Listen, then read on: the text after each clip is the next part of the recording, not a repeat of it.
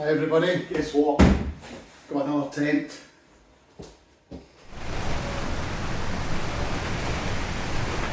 And the tent in question this time is I think it's a Wechsel Exogen 1. So I'm hoping this will be my latest tent for autumn.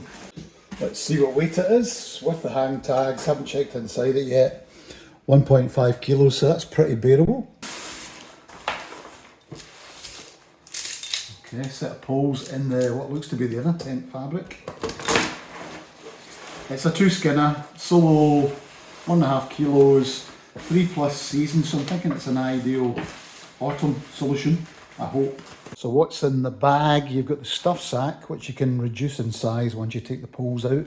Instruction sheets are sewn in on Tyvek. 10 V-shaped pegs, very light but actually quite short, but then it's not a big tent. That's a tent bag, pole bag, the poles themselves, which are hubbed I think at both ends, and then a separate brow pole or a crossing pole, so I believe these are Yunnan, not sure about the diameter, look to be about 8.5mm. We've got a pole repair splint, we've got silicone sealant and a brush, and we've got a bunch of patches for repair. So fairly comprehensive. And then you've got the fly sheet and the inner tent.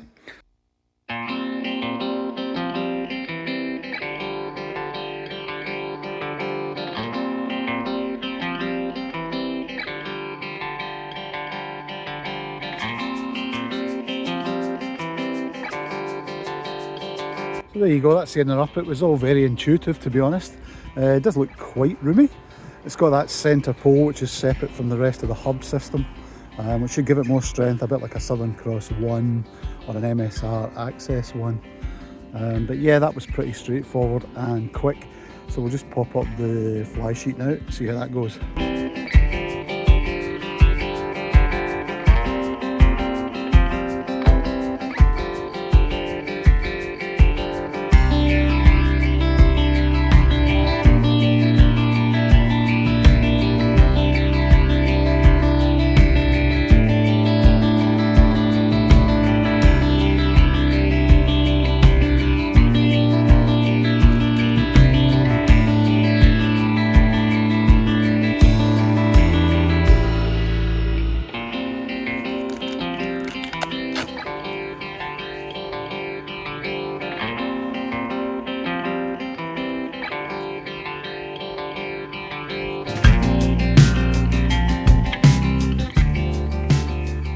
Idea. So when you throw the fly sheet on, just look for the red buckle to match the red attachment on the inner, and then you know you've got it the right way around. It's amazing how many tents don't have that and you struggle to work out how to put the fly sheet on.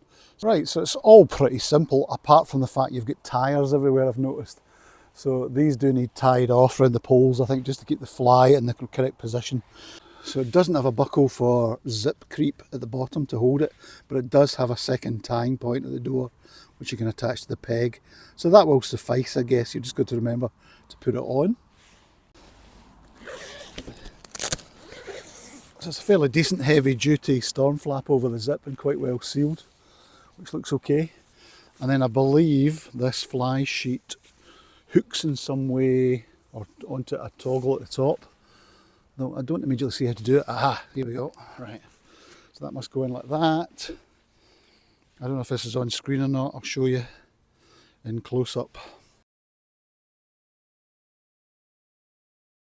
Gutter, I would think, and the rain will run down and away from the inner, so it's okay. In high winds I think it will be a bit flappy. And then let's see how easy it is to access the inside. So it's a two-way zip by the look of it. I think they're YKK zips, seem to run quite freely, and the door doesn't hang in the dirt, it must tie up. Yeah, it does to a toggle here. So the outer fly I believe is 20D sil nylon, so it does feel very gossamer, and you can see why you need those tyres just to tie it off at the various points. There's 2 here, I'll show you from the inside. The floor itself feels a bit more substantial. I think it's 30D polyurethane coated nylon, so it actually doesn't feel too bad, although I'm obviously using just a wee thin footprint, and I'd probably use that when I'm out in the field as well, just for a bit of extra durability.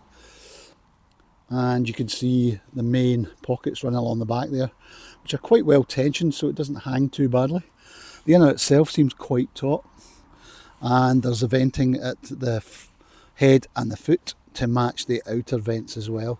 Although interestingly there's no top vent here. I'll need to check and see if it's a two-way zip, because I would like to be able to cook and vent from the top if possible. There's two prop vents, one at either end here, just a little prop stick that holds that out, but you can also seal it against the body of the fly if there's too much wind and rain coming.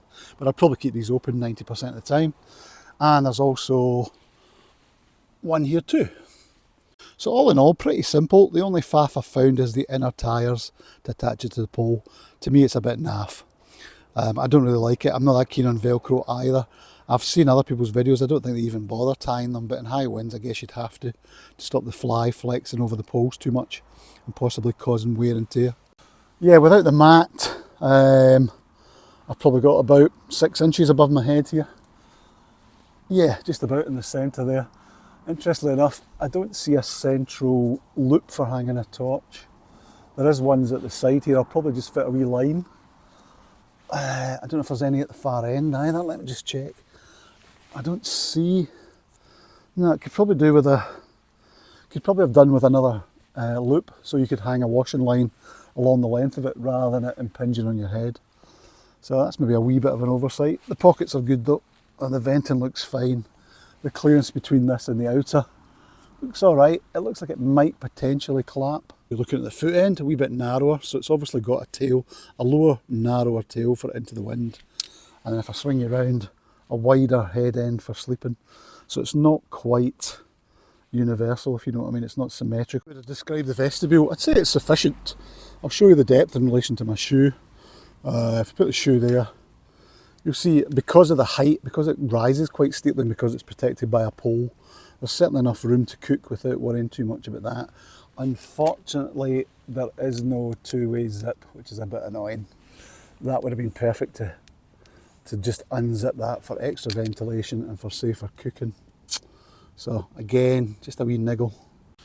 Certainly inside it feels quite spacious, and you've got a wee bit of extra width to this side here, so my mat should fit along here, and there's enough room for electronics, bits and bobs, some clothing, and it certainly feels pretty warm in here.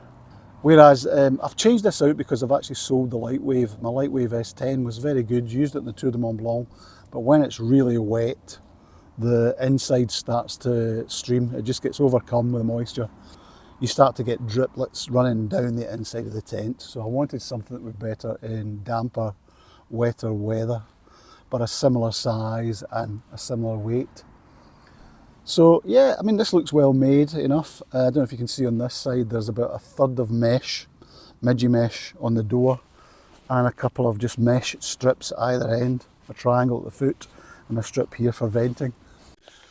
Right, let's pop in my favourite mat of the moment, which is the Light Tour winter mat, which is pretty thick at around 5 or 6 inches, I think. So with the mat and my head at the top comfortably, there's plenty of clearance above my head, and if I look at where my feet are, let's just check, there's probably about another foot beyond there, so there's no problem with the length, and I could probably store some gear in there. So no complaints about the internal space at all, though I would like to have seen a wee lantern hook right in the middle. It feels quite spacious. It's not quite on the scale of a Verne 1 from Nortent, which is pretty huge inside, but neither is it claustrophobic, and I've got plenty of foot room, plenty of headroom, so it doesn't feel claustrophobic in that respect. I've got a wee bit of extra room to my side to store gear. The vestibule is big enough to cook and store a pack. If not, I'll put it inside here, so that's okay. My one concern about it is, do you think it's too delicate? It's supposed to be a 3+ season tent, but to me it just feels a bit fragile, but I might be being completely unfair, and if you're a Wechsel or a Wechsel Exogen user out there, I'd love to know what you think. I'm just not convinced at the moment that it's that strong. Coming from the Lightwave, which was very simple but just had heavier duty poles, heavier duty fabric, I'm maybe just being a bit biased, going back to a very thin Sil Nylon 20D tent. It just feels like it wouldn't take an awful lot of wind. Anyway, what do you think? Let me know. So it's just a wee quick introduction. Do I hang on to this? Do I send it back without using it, or do I just get out there and try it? I got it at Ultralight Outdoor Gear with my own money, but it's on sale at the moment, so I got it about £300. It usually retails for over 400, so it's not the cheapest tent in the world. It's probably mid-range and semi-technical. But yeah, let me know your thoughts, and that'll probably sway my decision as to whether I actually get out, possibly tomorrow night, and try this and hang on to it. Thanks for watching.